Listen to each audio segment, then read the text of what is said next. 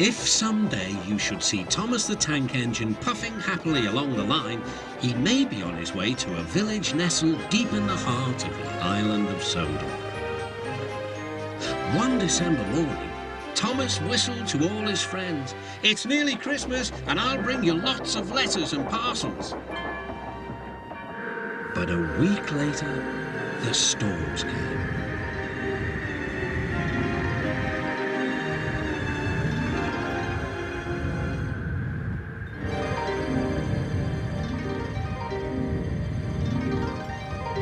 The island was covered with thick snow. The engines found work difficult. Some had to help clear snow from the track, and workmen hacked away at the frozen banks of ice.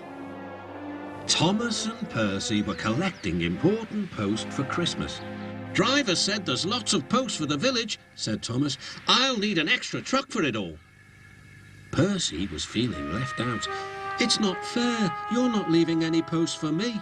But Percy's chance had come. "There's been a change of plan," said Thomas's driver. "The Fat Controller needs us at the big station. Percy, you are to take Thomas's train to the village." Percy was delighted, but Thomas was sad. "I won't be able to say Happy Christmas to all my friends." "Don't worry," said Percy kindly. "I'll do it for you." "It's not the same," sighed Thomas. Percy was making good time on his way to the village when suddenly, "What's that?" called his driver. There ahead was a fogman by the line. He was holding a red light. "The village is cut off by snow," he shouted. "We need snowplows, workmen and a helicopter. Leave your trucks in the sidings and go back quickly." Percy was soon steaming to Harold's airfield.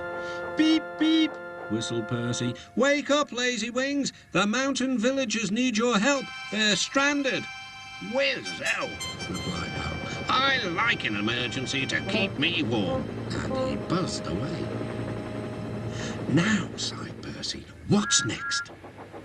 Suddenly, there was Thomas with Terence the tractor and a works train. "Come on, Percy," whistled Thomas. "Follow me." The two engines battled their way through the snow. At last, they reached the village. Harold was already there, busily dropping food to people and animals. Terence quickly got to work. "Lovely stuff," he said as he pushed the snow aside. "Well done, Percy. Well done, Thomas," cheered the villagers. "You're the best Santa Claus this village has ever had." "What's a Santa Claus?" asked Percy. "Santa Claus is someone who drops presents down chimneys at Christmas time." Percy looked at his funnel. "I wonder if—" "No," laughed Thomas. "Chimneys, Percy, not funnels. Which reminds me, your post train is still back in the siding, isn't it?" Percy hurried back to fetch it. Just then, Toby arrived with Henrietta. "We've brought lots of hot drinks and food for the villagers," he whistled.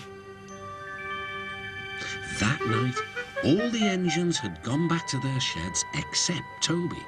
The villagers had made a plan to thank the engines.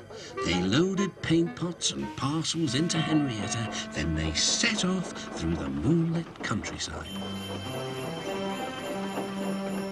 All the engines were fast asleep in the sheds as Toby ran silently into the yards.